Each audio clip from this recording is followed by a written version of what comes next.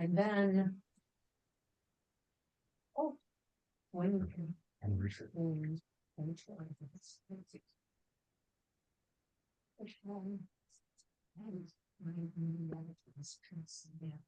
I'll send you the 2 words from Coach.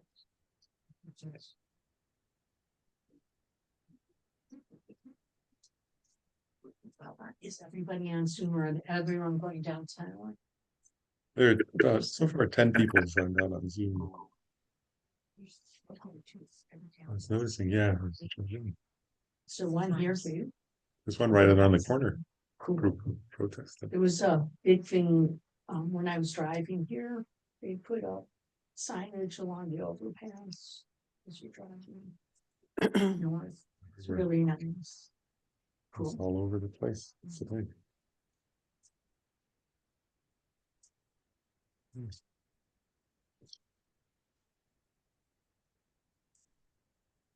So this is the first class in a series on Shantideva's Guide to the Bodhisattva's Way of Life. We usually begin with a little bit of meditation and then go into the material. So we can do that.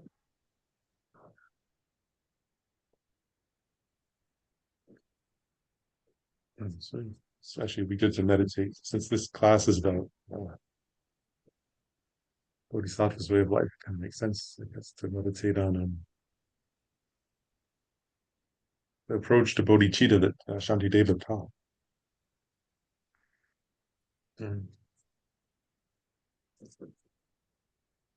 Start just for a moment to bring our attention to the breath.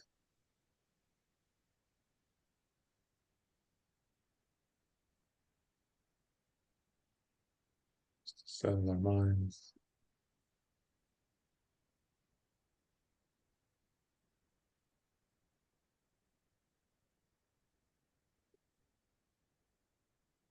As you breathe in, you can be aware of sensations of breathing in.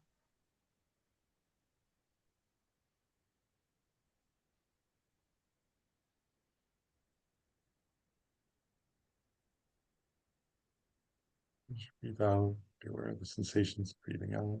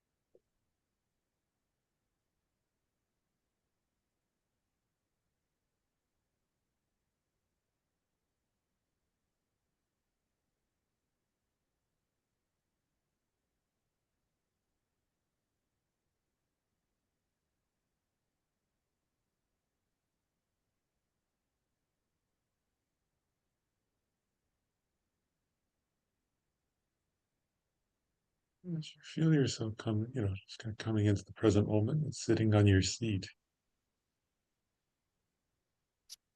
In this contemplation, you start to recognize, contemplate how just as in each moment, want to be happy, don't want to suffer, want to feel safe. Just like that, it's true for the countless others that I share this planet with.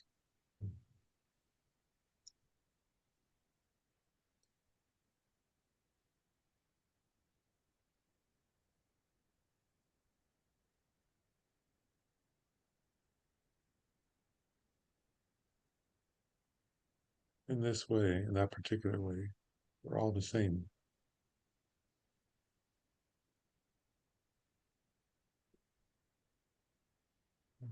And it's true of humans and also of animals, right? We all don't want to suffer.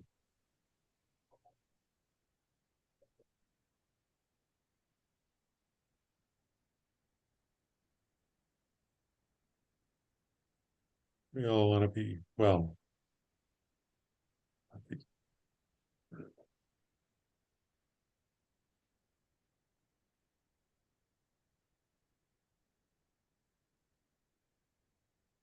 And so one contemplates, like I can recognize that just as much as I feel that, so also does everyone else in this class. Everyone else in this neighborhood.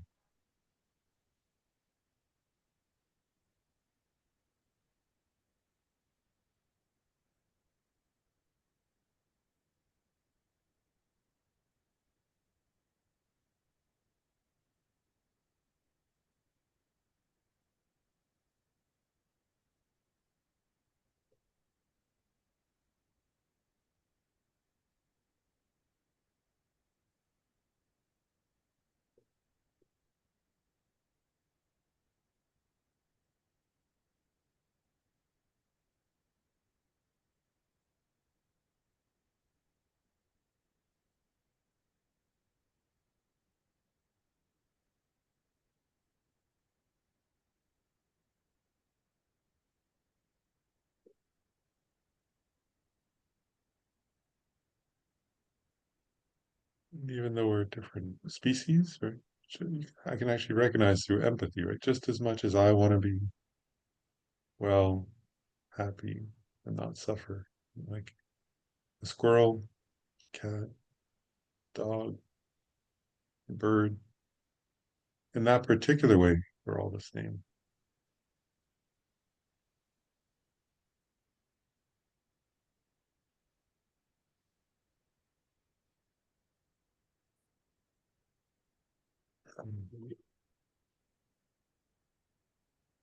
So part of this exercise is to begin to open our hearts then.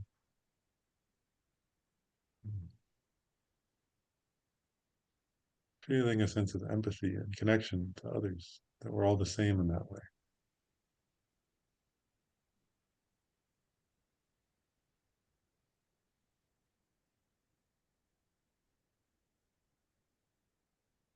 We feel, may I and also may they be free from suffering. May we have happiness and well-being.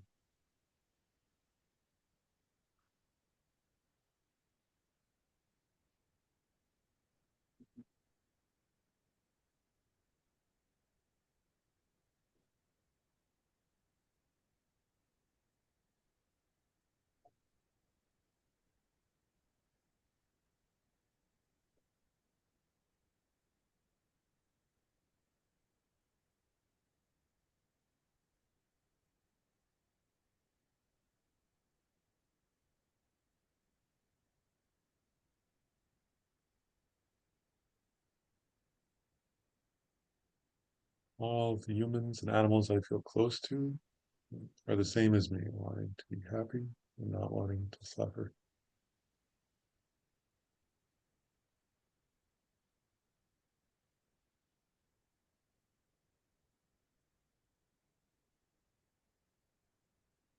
And that's equally true, right, of every stranger.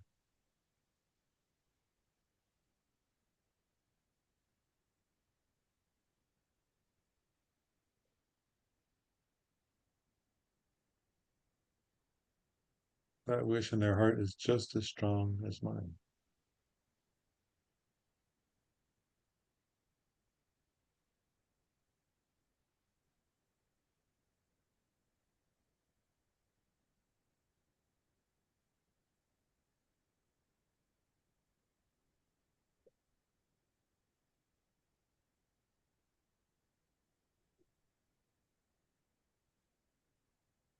And even those beings who I dislike or label enemy, in their heart, in this one way, they're exactly the same. They don't, maybe I and they go about a different method, but actually the wish is the same, to be happy and not to suffer.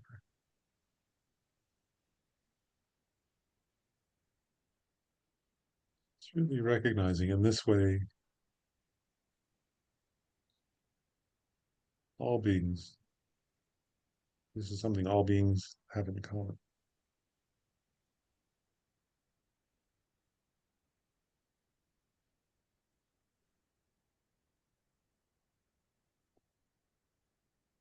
Even the tiniest insect. Somebody pounds a table next to it, it'll run away.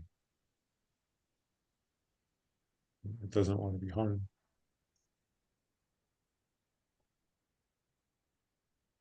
The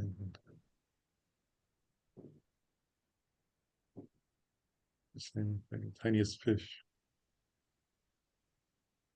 Somebody stirs the water near it, it'll swim away. It's just recognizing this truth that we're all living beings are the same in wanting happiness and not wanting to suffer.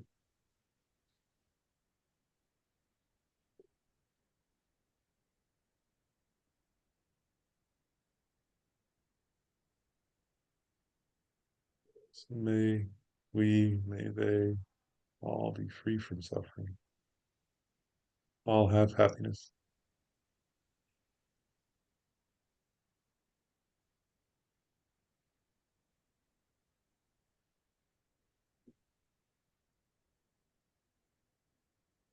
Just for a moment, try expanding that out as much as you can. Can you expand it to your neighborhood, your state, country, planet, including the oceans and the land? How far can you, or the universe, how far can you expand that feeling of that we're all the same? And so may I and may all beings, may others be free from suffering. May they have happiness and well-being.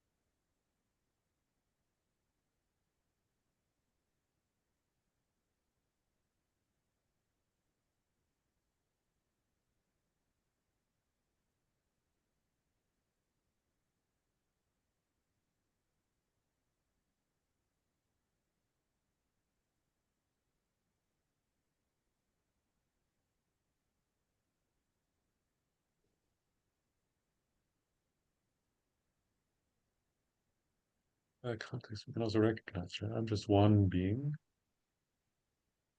I'm part of this network of countless numbers of beings who all are the same in not wanting to suffer, are all the same in wanting happiness, just the same way I do. Others are numberless, countless.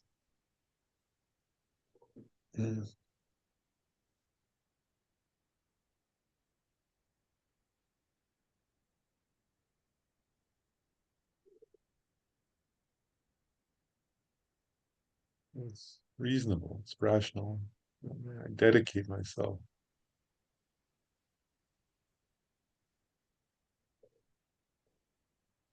to alleviating or decreasing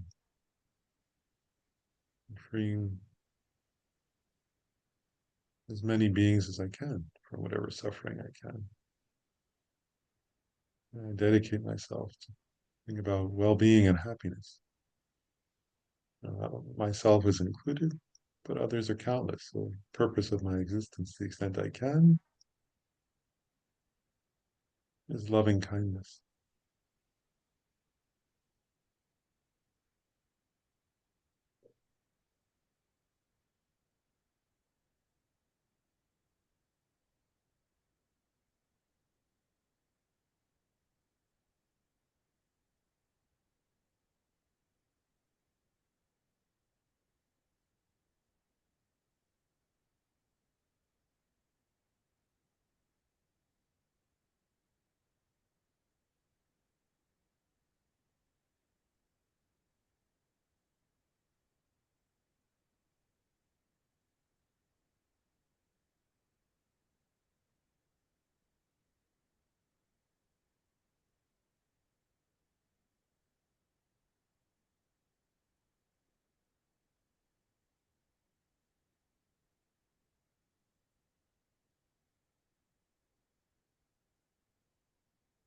So, sure.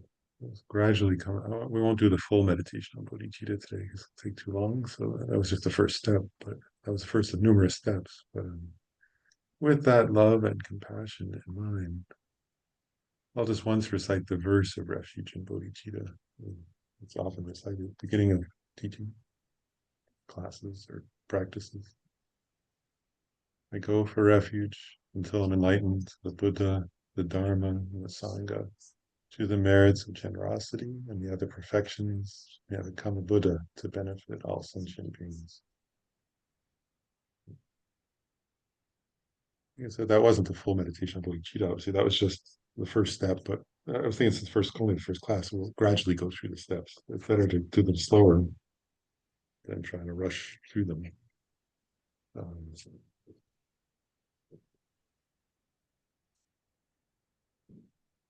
and so to introduce, this text by Shantideva, and I thought I would start by talking a little bit. So Shantideva, he's an Indian Buddhist master who lived in I think seems like the late 600, early 700s. I think it's the Eighth, eighth yeah, century. he was born in the late seventh century, and then Right. I was reading some scholars that he was quoted by a person in 760 something. So he obviously wrote before that. It was the best historical proof they could find. And even his name, actually, let's say like Shantideva is kind of a archetype. He was a historical figure, but he's also a kind of archetypal figure in Mahayana Buddhism, in the sense that Mahayana Buddhists, uh, you'll see why, but for good reason, look to him as a kind of model for the Bodhisattva's way of life that we're studying. But even his name, I was thinking about, it's like, you know, Deva is like, Deva, sometimes it's translated as like deity. It has the same root as deity. Like so, Deva, like and I would say diva. So it was kind of an English derivation of that. But in, in in ancient India, in Hinduism, the devas were like the divine beings, the gods. They sometimes say, "Oh, funny word." Like, it's not a monotheist; it's a polytheistic tradition, right? In Hinduism. But so Deva, you could say means divine, maybe, and then Shanti means peace.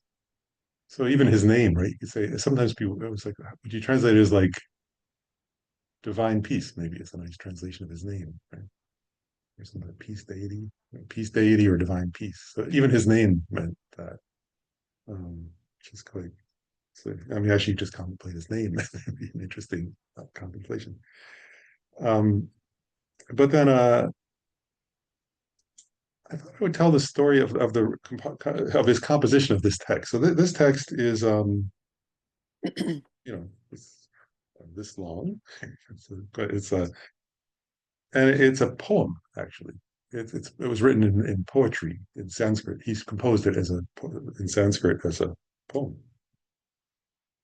And there's a kind of funny story. So he was about its composition that I think is worth telling because it's about the book, but also because it gets at something about him and what he was teaching. So he had been, I guess, his various histories. Some say he was born in one part of India and some in another, but they agree that he was this. His father was a king, like a king in India meant something different a little bit, like um, a regional king or something, like a kind of a. It wasn't like king of the entire, like it wasn't like the king of England who was king of an entire. Well, nowadays it doesn't mean the same thing anyway, but it wasn't the same as medieval Europe. That's my point. So even the Buddha's father also was a king, but it meant like a region, like the leader of a region. Um, and so the expectation, in that culture was that they would want their son to become like the father and be king. That's normal cultural phenomenon in India. Um, but Shantideva had a deep spiritual inclination, so he left home. He kind of ran away. He didn't want to take on being a political figure, so he left home and became a monk. Um, oh, sorry, is it too quiet? Can people hear? None? Oh, some people can, some can't. I'll move this a little closer. Maybe. Okay. Um, so he left home and became a monk and studied Buddhism and went off and practiced Buddhism. And he studied quite a bit, and then he made his way to Nalanda Monastic University in North India, near Bodh Gaya, where the Buddha became enlightened. And it's actually, we have an image there in the center of the 17 pandits of Nalanda, 17 great scholars, and he's one of them. The Dalai Lama himself actually gave that image to my teacher, Khyentse Rinpoche. But the Dalai Lama listed those 17 as particularly important figures from Nalanda. And Dalai Lama often refers to Tibetan Buddhism as the inheritor of the Nalanda tradition. So Nalanda was this great seat of Mahayana Buddhist learning in North India, and it was the foremost place to study Buddhism for centuries and centuries. And people walked right at that time all the way from China, Korea, Pakistan. At that time, Pakistan was parts of Afghanistan were Buddhist. People would walk from South India, from Pakistan, Afghanistan, so all the way from as far east as China and Korea and sure, Vietnam came there directly, but those areas, and then all the way, from the uh, western direction as far as Pakistan, Afghanistan, or from the south as far as like uh, not just South India, but also Indonesia. People came there and so on. So it was a great seat of learning, and it was both a monastery and a kind of university. It was the foremost university of its time, actually, in the world.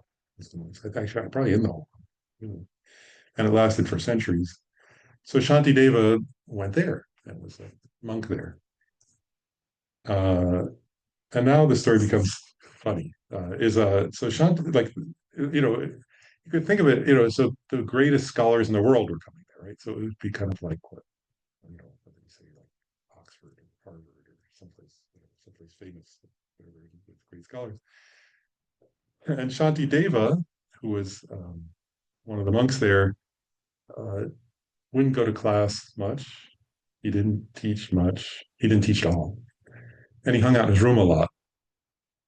And the other monks started becoming annoyed with him, as human beings will do under the circumstance, right? They were kind of competitive, and they felt he's not carrying his weight, and he's not particularly, doesn't seem like he's contributing to our community. They were kind of annoyed with him. And I read two different versions. They started insulting him even.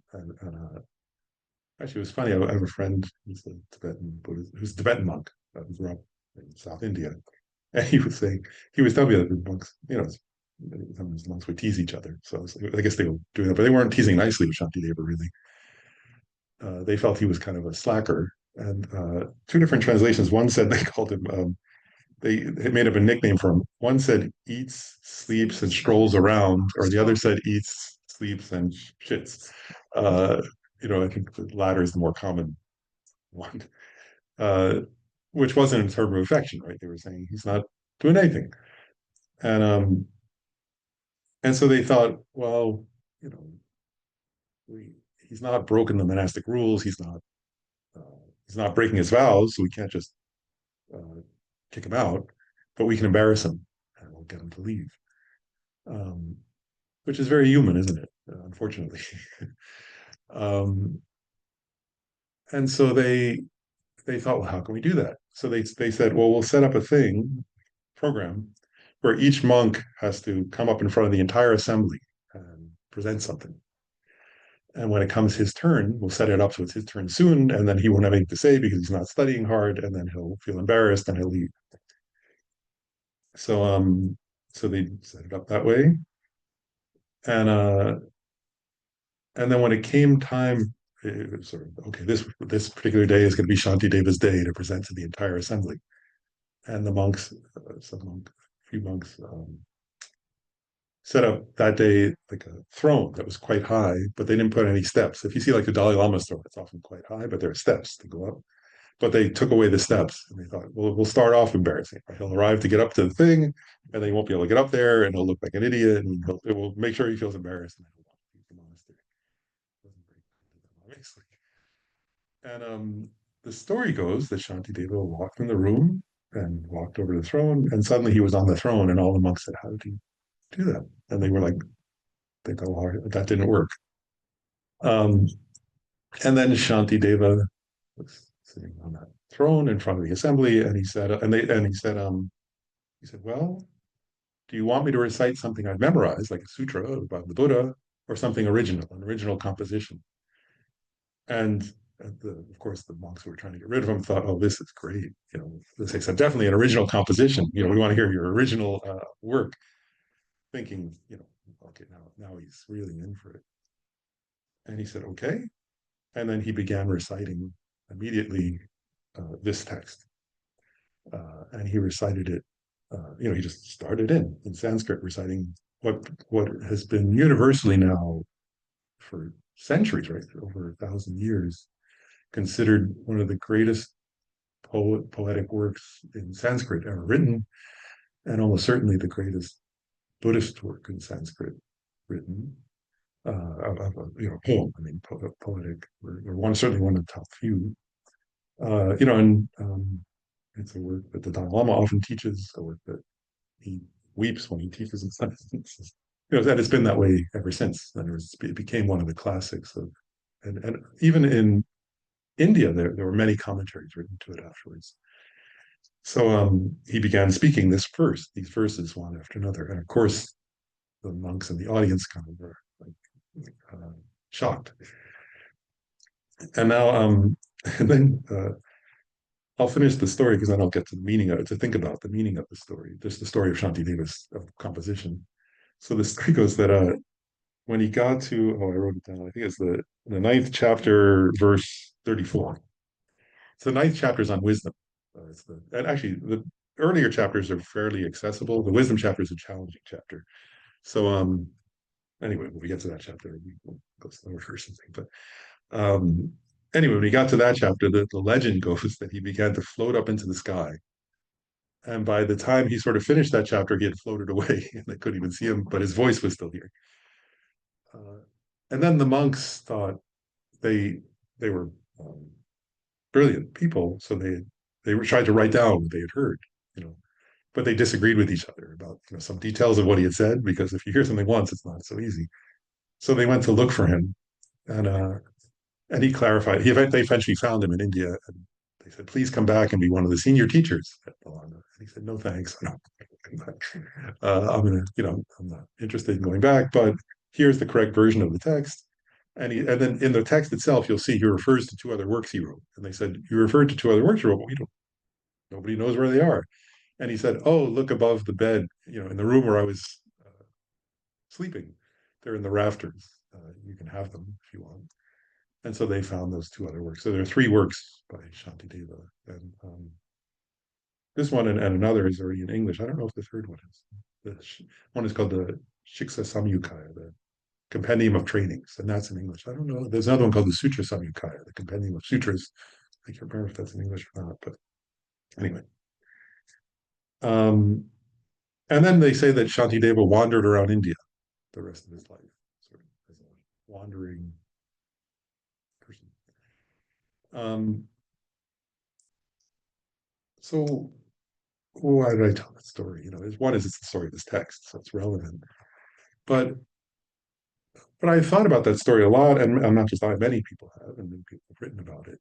And in many ways, Shantideva became one of a number of like archetypal figures, you could say, in the Mahayana tradition. And you know, it's funny, and I was thinking about this yesterday. I was like, in our world, like we were just talking a little about you were Jing was saying she was doing the social media for the center, which we were talking briefly about social media. But social media is human, right? So it's like it does what human beings on social media do, what human beings not on social media do, except more so. Um, but you know, human beings, right, become concerned with their reputations, with their images, with their sense of self of importance in the world, with their roles, with their identity as somebody, right? And that was true in ancient India also, right? And it's true now for sure. And what Shanti Deva's story in some ways embodies is an utter disregard for that. A sort of saying of that is not what's important. And his life as he lived it was saying that is not what matters. I don't care about my reputation. I don't care about my status. I don't care about um, how I appear to others. And if you stop and think, right, how much of the time, how big a role does that play for oneself? Is what Shanti. I think if you think about Shanti Deva's story, it's a mirror back to ask. We can look at other people and say, oh, well, so and so is very concerned about their reputation or their image or their whatever. Um, nowadays people can say their brand or something. So, Shanti Deva had no interest in having a brand and image or whatever. His story is one of humility, right? And as you'll see, as we even write at the beginning of the text, you know, his life was an inner life, a life of cultivating inner qualities. And and it wasn't about showing off those inner qualities to other people, which is why he wasn't interested in going back, right? Then people would have said, oh, you're this great uh, being or something. And throughout the centuries, actually, of in Buddhist history, there are many times, actually, it's funny, where people say, oh, so and so is like another Shantideva. And it'll mean like somebody who lives that way. When they say that of somebody, they mean somebody who's focused on compassion, but doesn't care about sort of their stature, their status, their whatever. Um, I was thinking of the Dalai Lama said that he did receive the lineage of this teaching from Kuna Lama, who they say that of, and then Kuna Lama received it from the lineage of Patrul Rinpoche. There's a famous story, many famous stories about Patrul Rinpoche that he was like, people called him another Shantideva. He was Tibetan. But a typical story of him was like, he showed up in a village. Oh yeah, it was a funny story. He showed up in a village and he there was an old woman, I guess, who was alone. And he said, do you need a servant? Do you need somebody to help you? And she said, sure. So he became the servant of this kind of, she wasn't wealthy, but she was kind of a poor old woman and he became her servant. And then he was kind of helping her with daily tasks and cleaning her place. And then one day, like the entire town where she lived, they were all going out because they said, the famous Lama Patra Rinpoche is coming. And so she said, "You better come. You want to meet Patra Rinpoche." And he said, "I'm not interested in that guy. I don't think he's terribly. I don't think he's anything special." And she said, "No, you haven't heard about him. He's wonderful. He's this great embodiment of compassion." And he said, "No, I'm not. I'll stay here and clean." And so she went, and they were all looking for Patra Rinpoche, and they kept waiting, and he wasn't coming. And then finally, like his attendants came, and they said, "We lost him. He ran away like a few months ago. We can't find him." And they were like hanging out in the village, going, "We don't know what to do." And suddenly they saw him coming out with like the dirt from this woman's house. And they said, "That's him." and and he said, "Oh, I'm quite happy here. I don't need." They said, "No, we need you to teach." And so my point is that, and they would say, "Oh, he's like another Shantideva."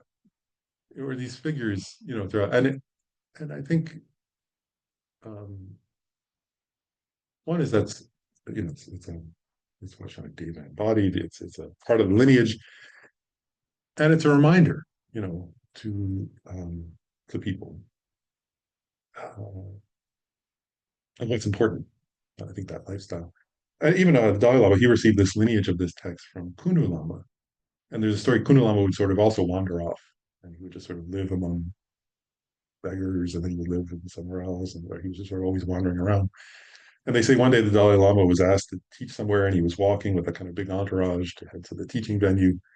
And in the corner of his eye, he saw Kunu Lama standing in the crowd, and he immediately kind of ran over and threw himself on the floor at Kunu Lama's feet because he said, "This person embodies bodhicitta, embodies compassion."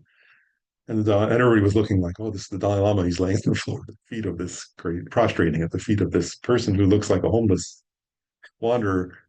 Um, and then, of course, for Kudalama, that was a problem, they said, because then people said, "Oh, he must be somebody very special." And then Kudalama was like, "Oh, I don't want to think that wasn't helpful." Anyway, I'm going on about the story, but so I just think that story is worth contemplating as we go through the text in terms of um, Shantideva's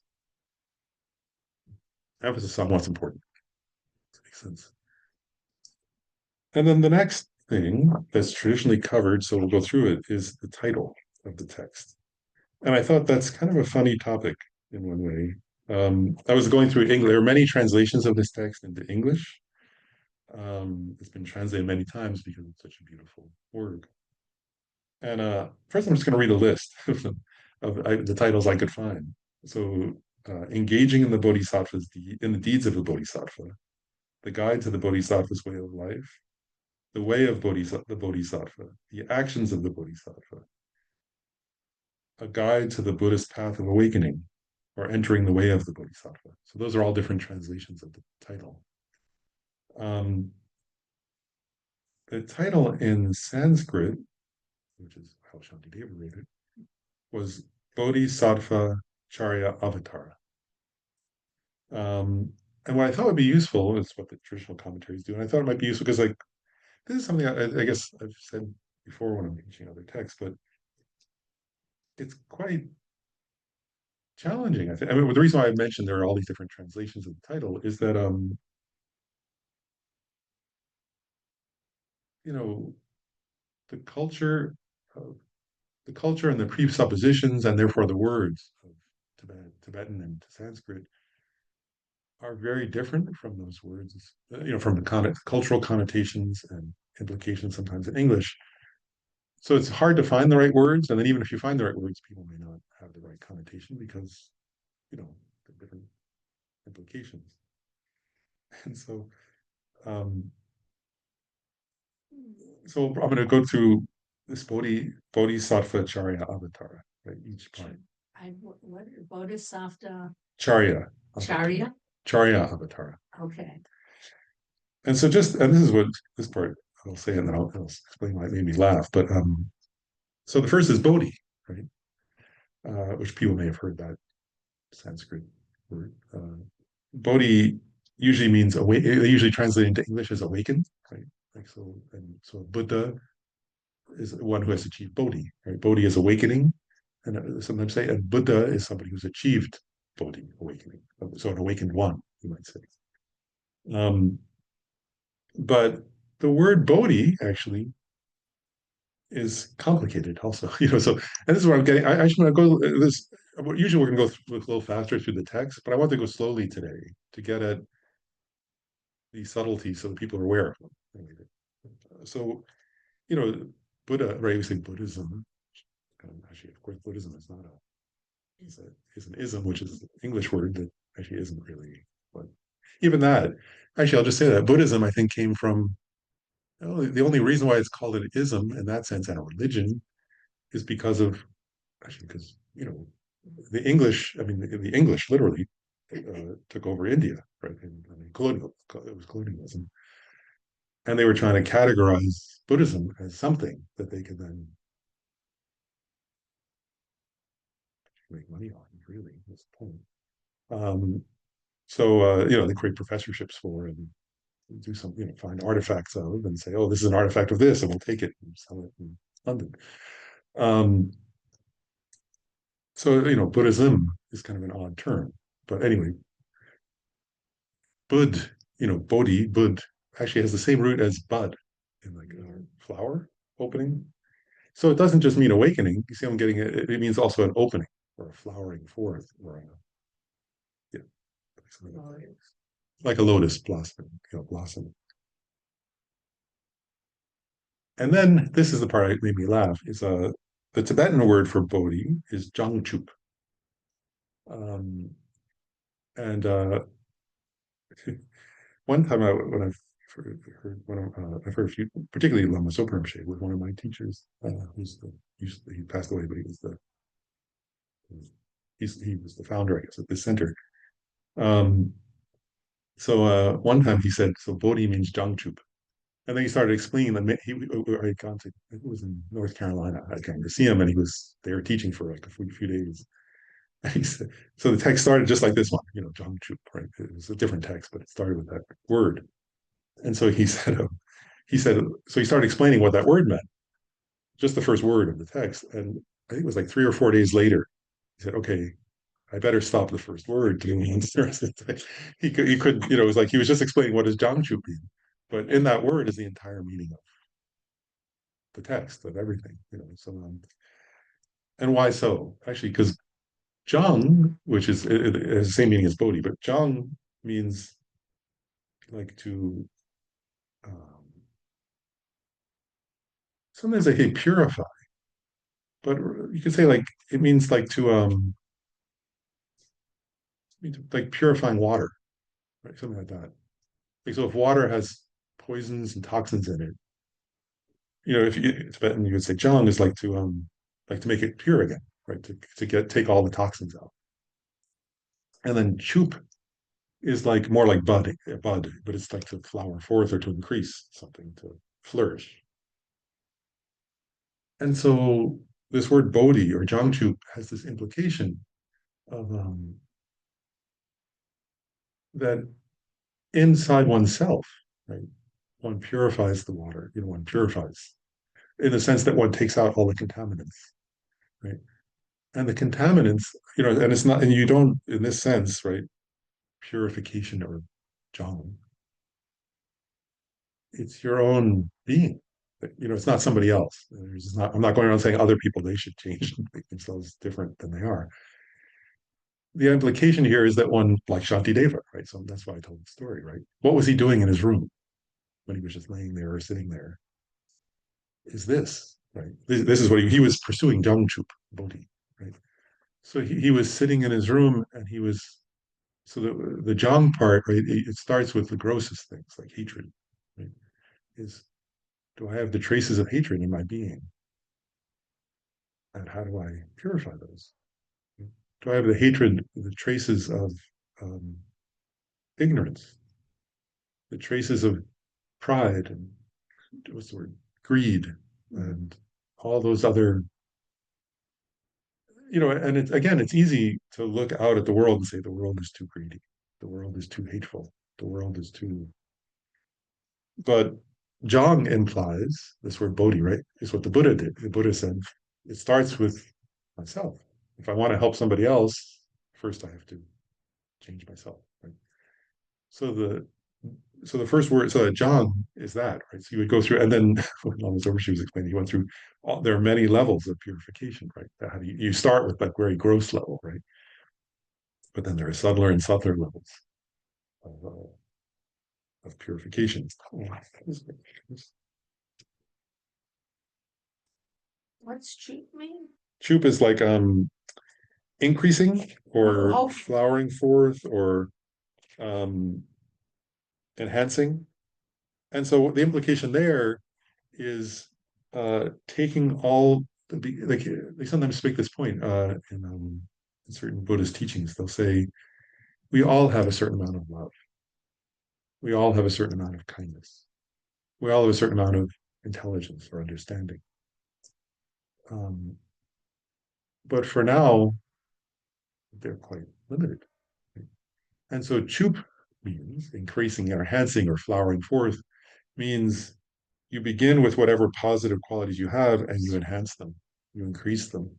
limitlessly is the idea, right? So you take your, like and in the Promenade Arctica, which is a text on epistemology, on logic, and how we know what we know, there's a point that's made there where it says, physical qualities can only be increased so much, right? Like say weightlifting or running or something. You can increase your ability to do that, but there's a limitation based on the physics of your body. Right? And then he says, but in the mind, that's not the case. Mental qualities can be increased limitlessly, like love. Love can become infinite. Compassion can become infinite. There's no limitation. And so the Chu part is getting at how much, how much will you increase that, those qualities? And I sometimes point that out. Actually, I point this out in kind of a sad way, but this quality that mental qualities can be increased limitlessly, actually, we all know that, because if you look at yourself or at other people, unfortunately, it's easy to find examples where one can take a negative quality and increase it to infinite, right? You can oftentimes you can see that, right? If you take, and I say that I sometimes point that out, work as a psychologist, and I've seen a lot. If you take just everybody has a little bit of worry and anxiety, but if you aren't careful, right? If you let yourself go down that path and you ruminate on your worries, and then you get your physiology involved, and then you ruminate more, and then your physiology continues, eventually you can have like you can end up in the hospital with a panic attack, right? Where you feel like the entire world, the entire universe is crushing you. So it becomes an infinite experience. And it could have, the tiniest bit of anxiety, but eventually it becomes a feeling like the entire world is crushing you, right? Or a little bit of anger, right? Of course, we know, right? A person can become, there are many examples, right? Where a person becomes, where that, it becomes hatred, and then the hatred becomes limitless, right? Where a person feels, overwhelming rage and hate, totally possible. We know that's possible. You can see that in the world. So what Chup implies is you can do the same thing with love. You can do the same thing with compassion. You can create a force in yourself of love and compassion that are limitless. And what's that like to feel that? Right? So this is what so that's why I told the story of Shantideva. What was Shantideva doing when he was sitting alone in his room? John Chu, right? He was purifying his negative qualities of mind and cultivating the positive. And it was a quiet place to do that, where you could just focus on those things. Nobody knew that's what he was doing because he wasn't advertising it, right? He wasn't advertising it, but that's what he was doing. So this word Bodhi in Bodhisattva Charyavatara has that, and I'm not going to go into it. You can go through like you can go through their like paths and grounds and levels and stages of that process. I won't, if we don't have time, and that's not the purpose today. But that's just Bodhi, right? So Bodhi has that. Then the next part of the title is Sattva, and I read it I was studying this because sometimes Sattva means, and in Tibetan it's Sempa, and sometimes that's translated as, I mean, say there are different Sanskrit words that are similar. So, I was looking at that when I was a little confused because I'm not a Sanskrit expert, but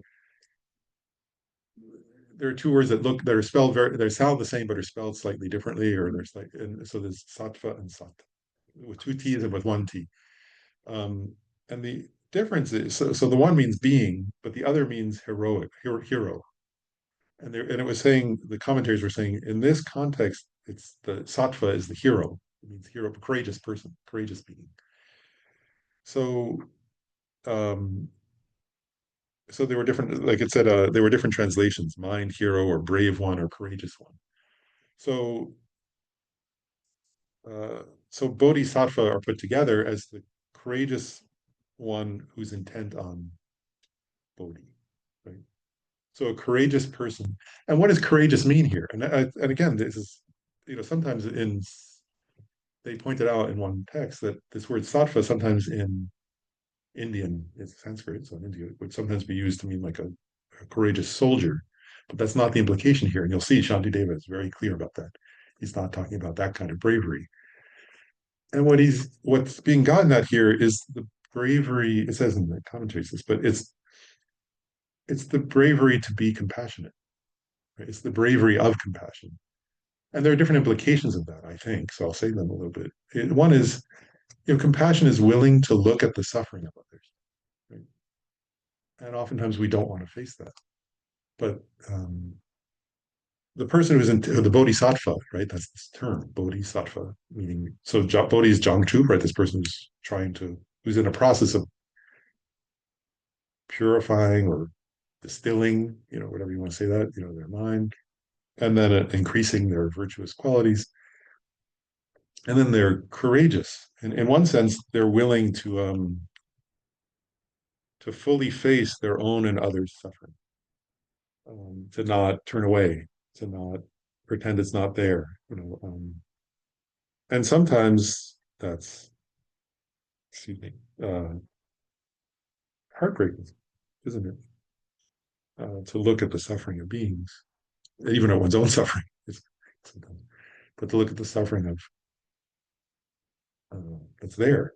And so the bodhisattva, right, is courageous in the sense that they're willing to face that. But then there's another implication that's explained, which is that also the bodhisattva is willing to take on difficult, they're courageous in the sense of being willing to take on the difficult tasks. And of compassion, right? So it means like they're willing to show up at the time when somebody else doesn't want to show up. Right? They're willing to um, help when other people don't want to help. They're willing to sort of like step out of their own comfort in order to grow, in order to help others. So and you see, so just this word bodhisattva, right? You can see how, wow, like that term has a lot of implications. And there's a point in later in this text where Shantideva says, he makes a point, he says, he's talking about this kind of courageousness or something. And then he says something about, he says, I'm not talking about the courageousness of soldiers. And he says, soldiers kill corpses. He said, they were going to die anyway. He says, how is that courageous? You went and killed somebody who was going to die anyway, and all you did was make their mom sad. Like, that's not courageous. He says, courage is the willingness to face others with compassion, to face yourself with compassion, to do the difficult task of being present um, in the context of suffering, to try to alleviate the cause of that suffering and causes of that suffering. That's courage. And Shantideva was very adamant about that point. So he explains the meaning of courage very clearly later in the text in a beautiful way, I think, very, very movingly. Okay, so the title, Bodhisattva. Right? Then Charya, right? And then Avatar. You were asking about that word. So Acharya uh, is usually, it can mean deeds or activities. So it's saying here, what are the deeds or the activities of such a bodhisattva? Right? What is that bodhisattva? So he's saying, what is such a being do? How do you do that? Right?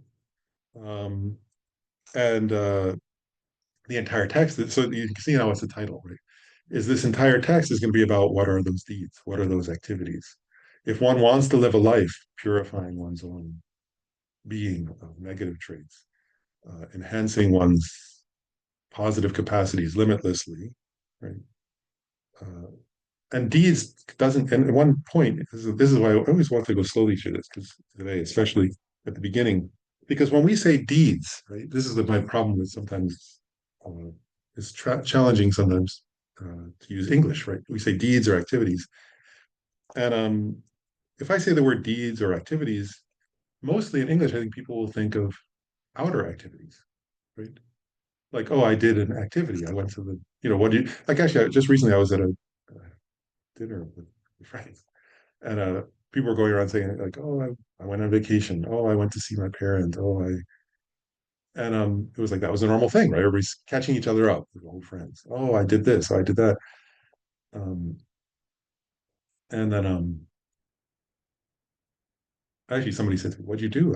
I said, "Who cares what I did? I don't care what I did. If I don't care what I did, what I care about is what's going on inside." It was what I was thinking. It was how I was feeling that day. We were old friends. I was willing to be honest. Usually, I would just say, "Oh, I went to something, whatever." But like there was because so I want to make this point where it says activities, you might think, oh, like it means they went somewhere, which it could mean that, but in this context, activities, the main activities are mental, and Shantideva's life story, that's why I started with it, embodies that. Then those mental activities express themselves through external deeds too, of course, and the text will get into that. But the deeds of a bodhisattva are what are motivated by compassion and love. And so a point here that I'm saying is, say the right way, like an external deed that looks loving but is in the absence of love isn't what's being talked about here. Does that make sense? Um, so it's so when in Buddhism in general, when you say activity, the emphasis is on the heart or the mind, and then the external that expresses that. Um, so you see why I was going slow, because the words have implications, and if you don't think about them, I spent many years thinking about these because I was like, oh wow, I get it wrong. I think it's always like, Right. doing this thing or something. But then I realized if I'm doing it with the wrong motivation, it's not actually what this is supposed to be and doesn't lead to the right result. Which is what Shantideva's life story is getting at. And then the last one, avatara, uh, it can mean like engaging or entering or, and actually I was looking this up, like, I'm not a Sanskrit scholar, so I may be a little off on this, but um, engaging or entering, there's actually the word, actually in English, we have a word avatar, which comes from Sanskrit, right? In video games, I think, for example. Um, but actually, the word avatar in ancient Hinduism meant like there was a divine being, right? Like a deva, actually, in a heavenly realm, who would send an avatar out, right? Who would sort of send an avatar to the earth, for example, to do some, to help people or to not help. I don't know, sometimes it was to do something, other activity, just to play a role in a war, or whatever. It was, different gods had it was like the Greek gods they had sent. But in that context, in the Hindu context, the idea was that the divine being, right, this deva, would still have their body in this heavenly blissful realm, but then they would send an emanation or an avatar down, to sort of enter into. That's not the implication here, but I think it's a similar etymological root. So it's like entering into, so we're engaging, sort of, engaging with. So you can see now, so engage. So the title in that FPMT's translation uses is engaging in the deeds of a bodhisattva, right? Or engaging the activities of a bodhisattva. So it's this idea of like you're what's the word? You're stepping in. You're you're engaging. Probably you could almost say in the sense of like embody or sort of stepping into or entering into. You see that's why they use sometimes entering, sometimes engaging, but you get the feeling it's like you're entering into that kind of practice activity, is the meaning of the title. Um, pause there for a second. So you can see how, by the way, like I think you can probably see now, like you could just think about that title and like that would be enough, or you could explain that title for. I really thought about it. I was like laughing. It's like actually you could explain the title forever, but of course the text itself is what explains the title. And then maybe I'll make one more point about the title, and then I'll pause and see if there are questions. Because, and I'm not going to do this in the I don't know, maybe I'm not sure how formally to do this, but I want to make a point that's in the commentaries, which is, and it usually comes a little later, but I'm going to do it here. I'm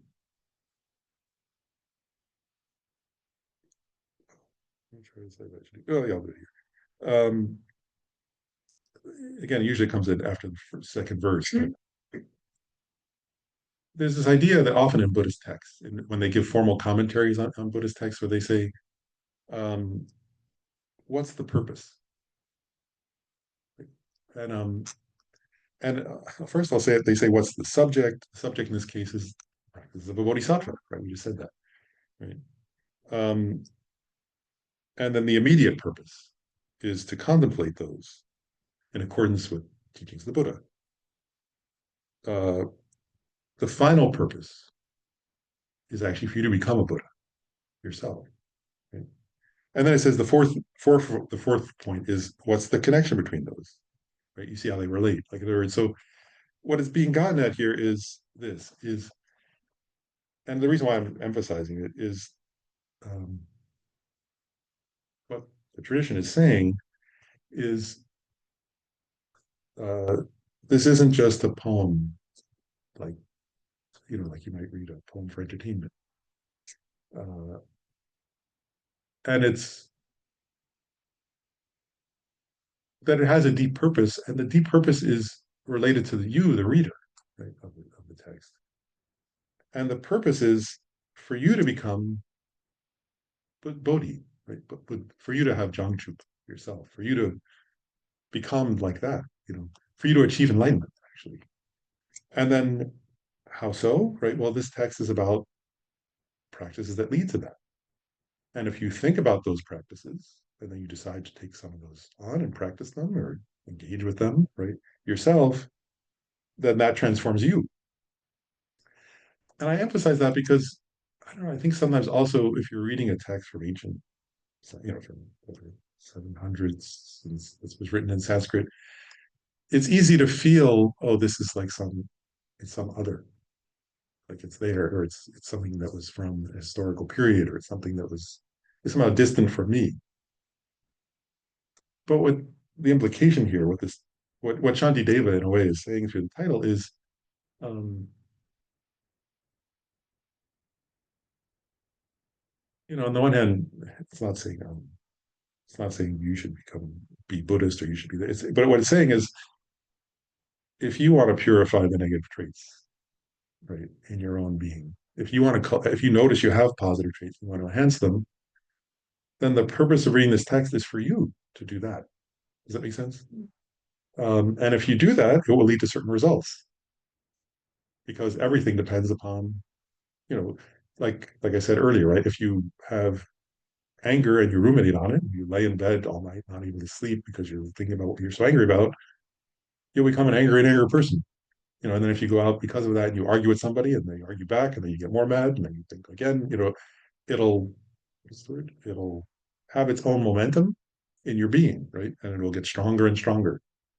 Um, and this text is the opposite of that, right? This is saying if you're interested in removing afflicted states of mind, if you're interested in cultivating what's best in human nature, right, then this is a good text. This is the title implies that this is a text. This is the purpose of this text is to engage in that way, and it will have some things that you can then think about.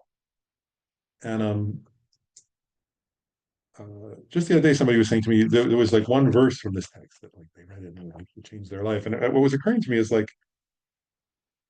many verses of this text are like that. If you understand the meaning, you could spend like a long time just thinking about one verse, like the title. And so I wanted to say that also for those who are like kind of wanting to engage, or, in the study of the text, kind of longer, because we're going to study it and over time, is to try that actually, to even pick a verse or two and just stay with them and contemplate them. And what does it mean to you? And I'll say kind of my task in a way is to say what Shantideva and the tradition down to the Dalai Lama um, say it means, but then, what does it mean for you in your own practice is a different, how does that apply to your life is your own question. How does it apply to my life is mine too, and how do we apply those points? So I just want to encourage people to kind of pick a verse, pick a two, and every now and then I think we'll pause and ask people, as we go along through the chapters and ask, well, what's resonating? How are you relating to those verses? Because they're for practice. That's my point. Okay. So maybe I'll stop there. I mean, then we can start the actual text if we want, but any questions about the title? I guess that's all we've covered so far is the title.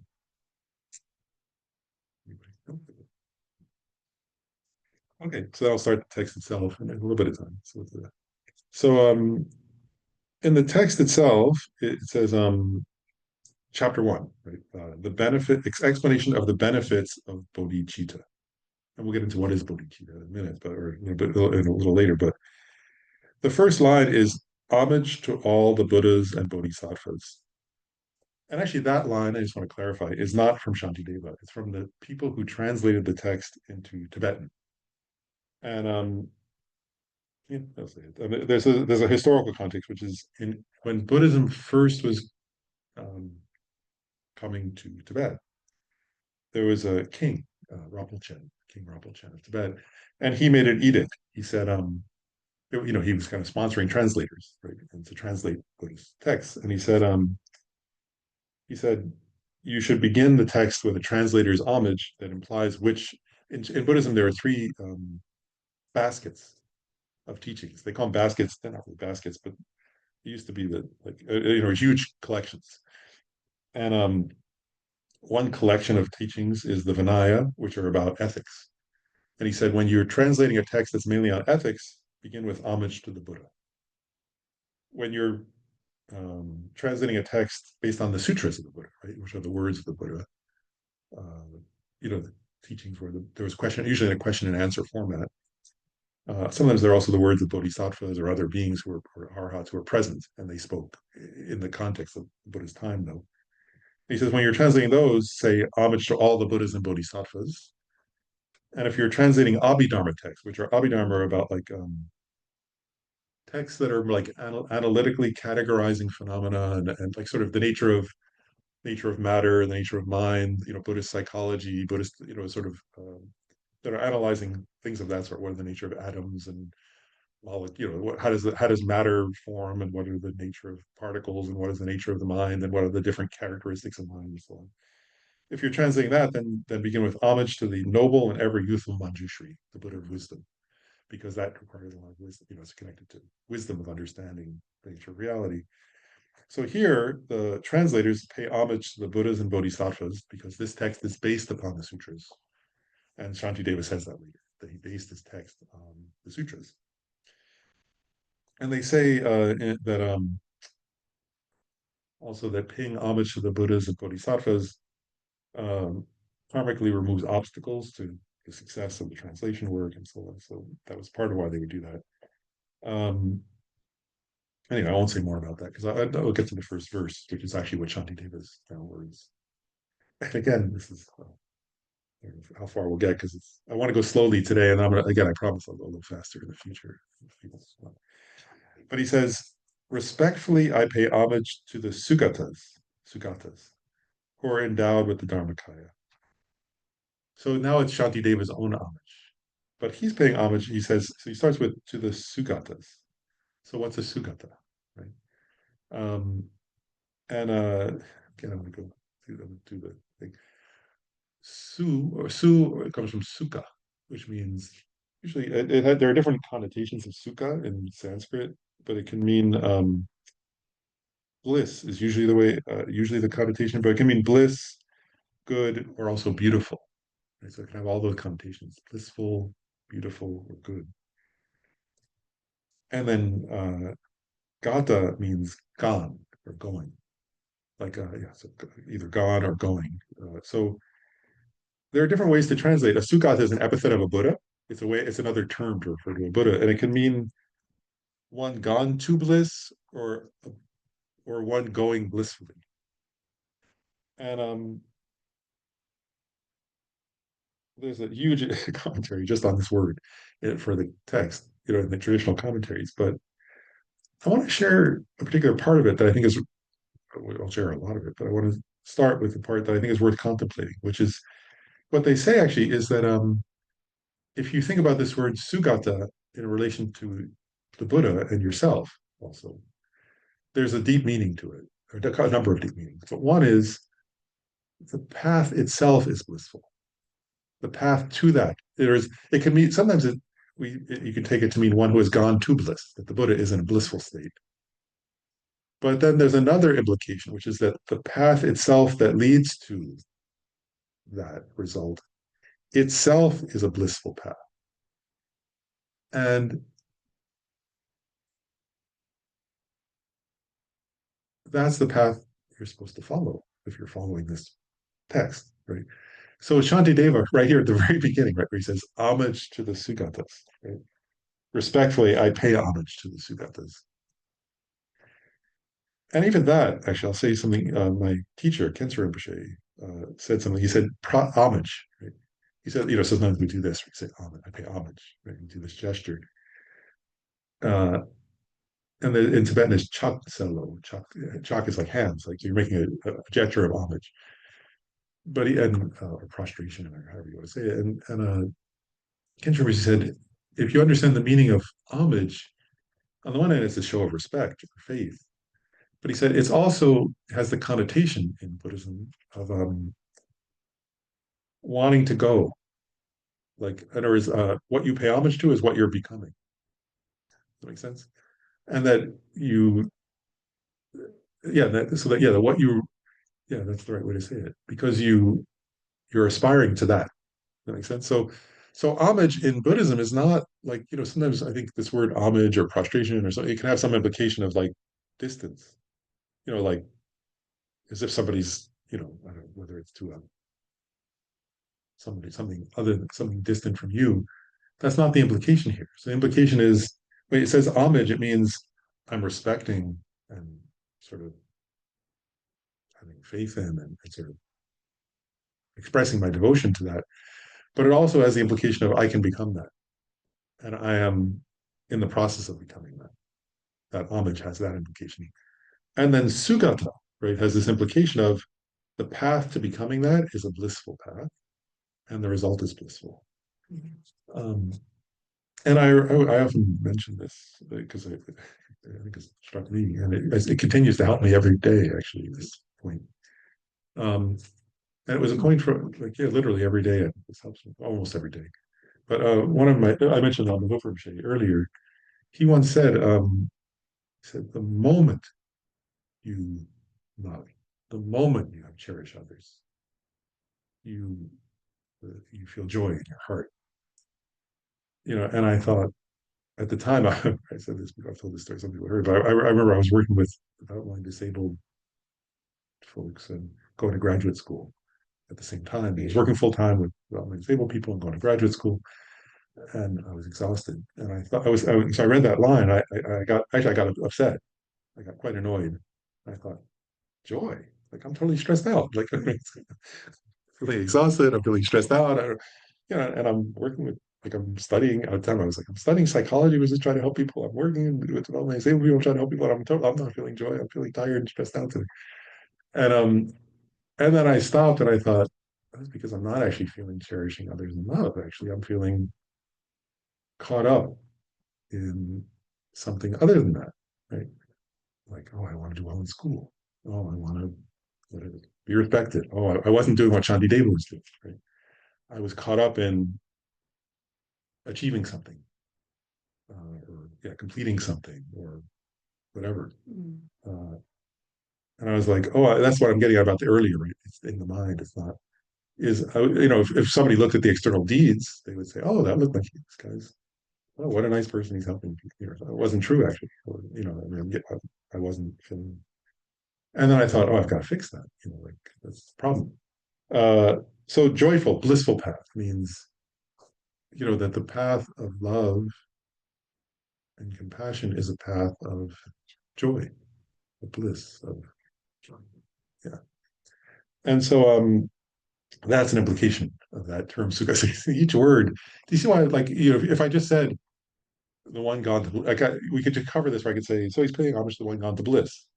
You think, okay, that's an epithet of the Buddha. I could have just said that, right? But you see how, like, then you just say, oh, okay, that's an epithet of the Buddha. I learned that today. But that doesn't apply to you. You say that's not so useful. But every word of this text, I think, is meant to apply to us. Does that make sense? Mm-hmm. And so you ask yourself, and I do that all the time, like, well, am I feeling bliss, joy? And if not, am I feeling love? Maybe not. What does that mean? And then why am I doing anything if I'm not? If you don't have a heart with love, why are you bothering? Is a question, right? Yeah, and I'll say, I mean, you think about it yourself, right? I thought back to, I was like, in that context, I was thinking back to like when I first was studying this, I remember thinking back and I thought, wow, I felt so joyful when I used to go see, when I was a little kid and I used to see my grandparents. I remember I would get off the plane, they moved away, and I would see them in the air. At that time, you could come into the airport, there weren't, you know, and when I would see that, especially both of them actually, they were like, they looked blissful, like overwhelmed with bliss to see me and my sister.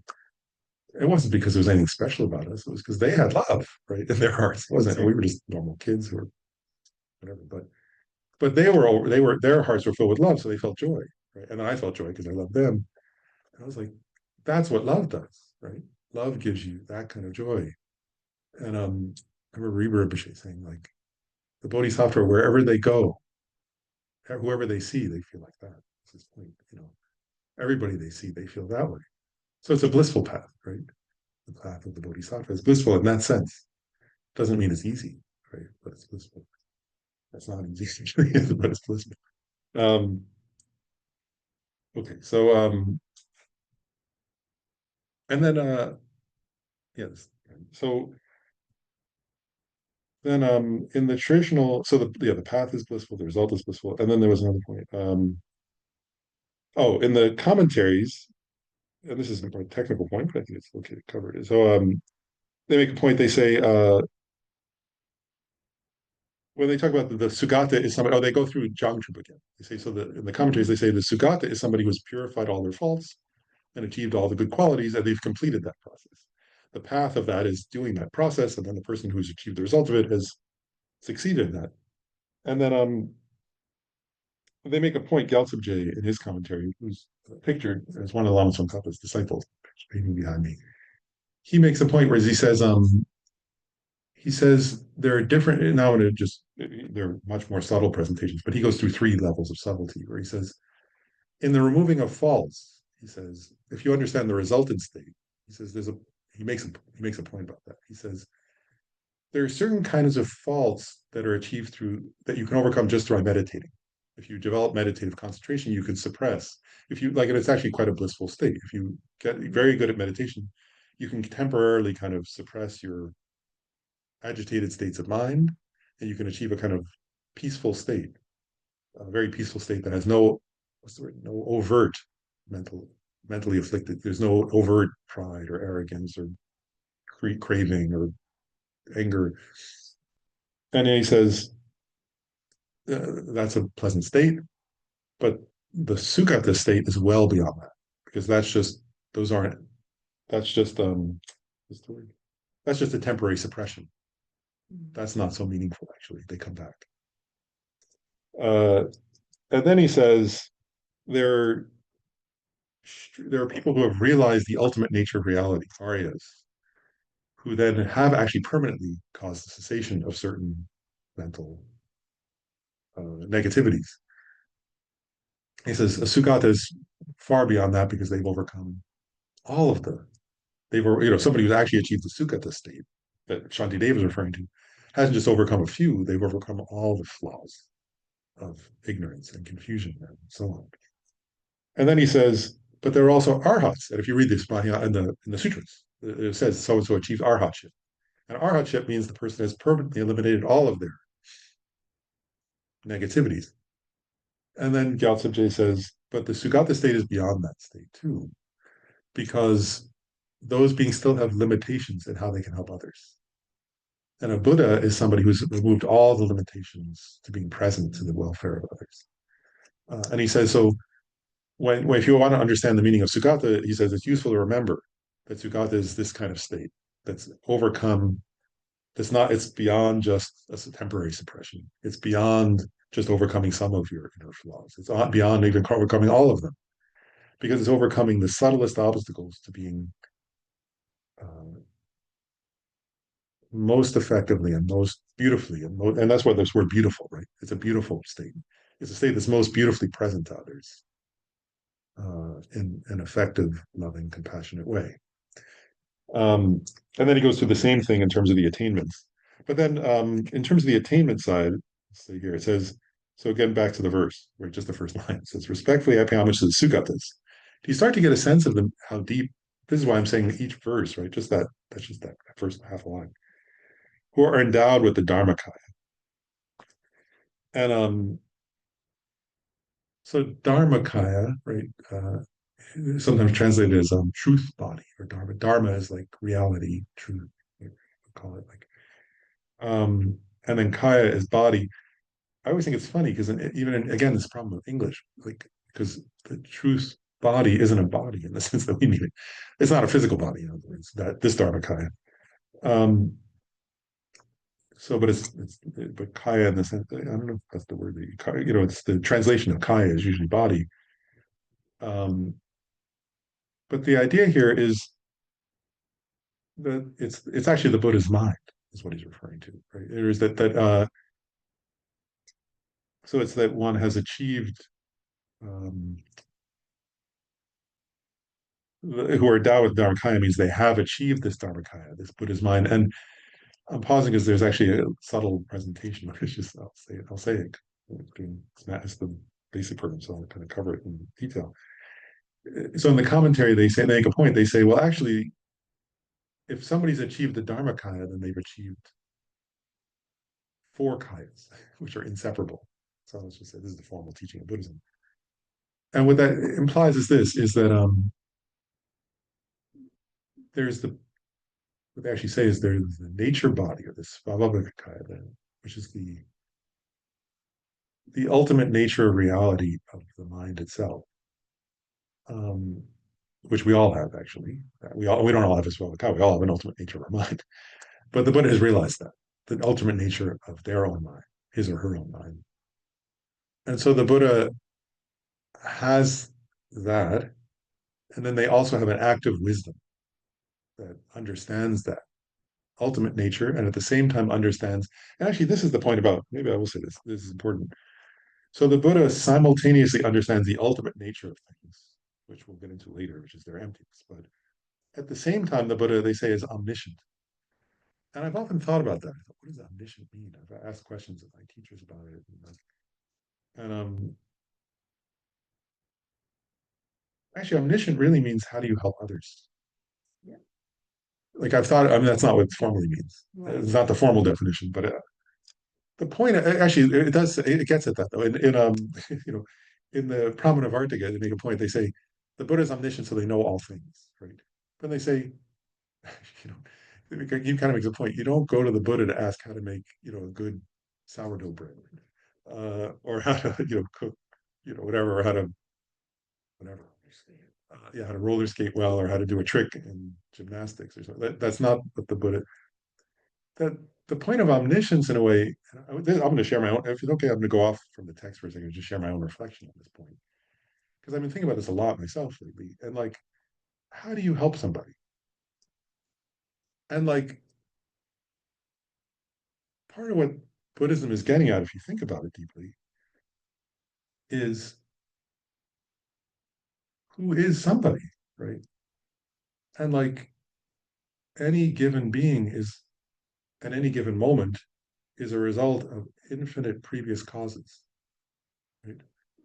Who you are in this moment is a momentary result of a limitless number of previous causes and conditions, right? Your own karma, the physical atoms of your body, right? Like the physical atoms of your body. It was just the other day I was thinking about this topic. I was like, I thought the Big Bang isn't over, and then I looked it up, and scientists say, yeah, that's right, the Big Bang is still happening. There was this. The Big Bang wasn't a past event. You are the big. Your body is the big. That's it's not finished yet. Um, your karma that brings you to this moment is limitless. The and then the cultural influences, the historical influences, the geological influences, they all who you are at this moment couldn't exist without depending upon all those many infinite different factors. So how do you help somebody? You have to know who they are, right? But who they are is limitless. And then one day I was asking kids their future also, but they say the Buddha knows your future. Right? And one day I said, well, then I was confused. I thought, well, it has to be free will. How could the Buddha know your future? There's no. And then I asked my teacher, and he said, and actually I realized, like, I was like, oh, the future is what's the causes are. The future is only that which already has its causes now. and is inevitable. So the future is already present now. And I'm like, oh, I see that all the time. Like you see it too. If you look at somebody, sometimes you know their future. Sometimes you know your own future, right? Like you don't have to, you don't have to be. I mean, only a little bit of it. Buddha knows more of that because the Buddha knows more of the past and the present. Does that make sense? All of that is interdependent. Does that make sense? So how do you help somebody? You can't just. You have to know who they are, right? So when they say the Buddha's a Dharmakaya, I'm just getting a Dharmakaya here, right? The Buddha is somebody who knows who you are, right? So they know how to help you. Does that make sense? And that's what the Buddha was cultivating, was this ability to know how can I most effectively help others, right? And it's not easy, is it, to help beings? Um, many of you try to help beings, and you know that. And so a Buddha is somebody who knows the time, knows the method, knows that, he knows you, right? That's what the Dharmakaya is this, right? The Buddha knows your ultimate nature, which is that you're actually your ultimate nature is that you're not who you think you are. And then your conventional nature is this limitless um, interdependence, right? So the Buddha has the Dharmakaya that simultaneously knows those things, so it can help you. And I could use more precise language, which I'll do another time, but I'm just getting at a simple point, well, it's not simple, but a kind of summary. And then the commentary says, and then one who is endowed with the Dharmakaya, by definition, has what's called this Sambhogakaya and Nirmanakaya. Sambhogakaya means enjoyment body, and Nirmanakaya means emanation body. So what that really means is that if the Buddha has the Buddha has cultivated this kind of wisdom that understands how to help people, beings, not just humans. And therefore the Buddha has bodies that manifest interactively with beings to help them as best they can be helped. And so that's what a Buddha is. So when he says, I pay homage to, so you see just this first line now, then we'll stop.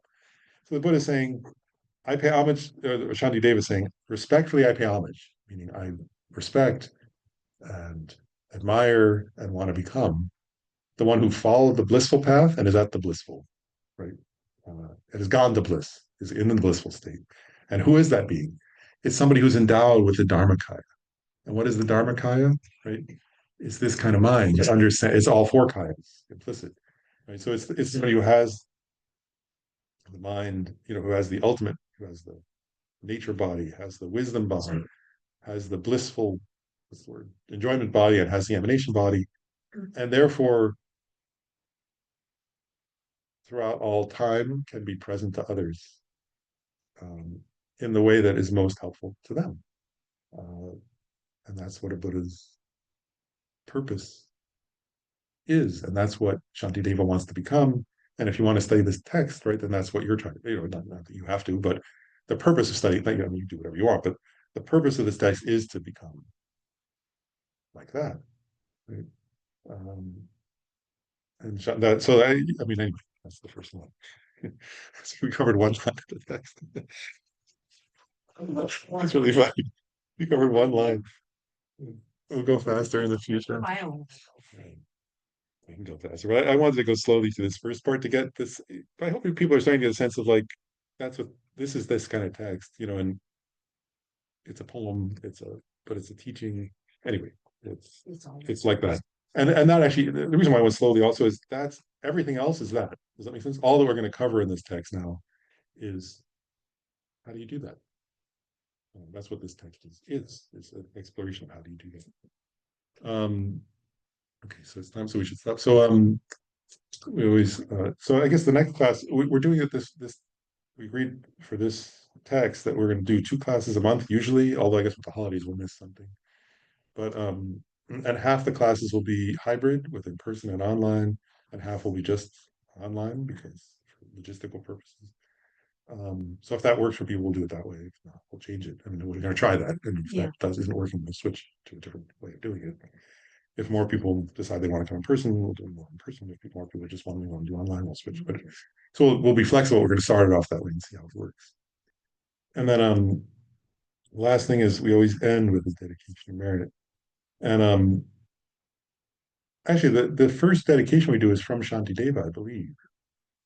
So it's the supreme jewel of bodhicitta, where it has not arisen, may it rise and grow.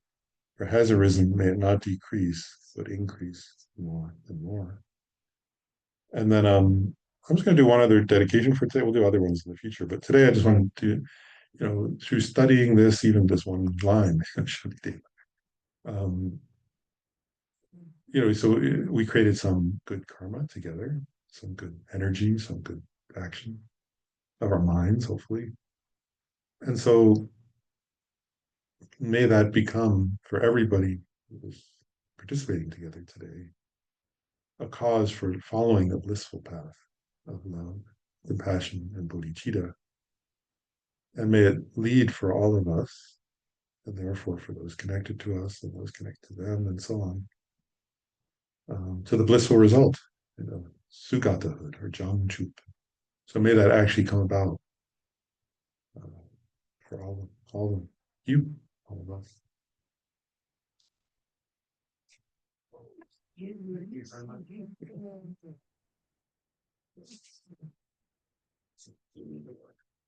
Stop the recording. Thanks, everybody. Thank you, Lord. Thank you. Thank you Good so to hear your voice, Wilhelmina. Thanks a lot. much.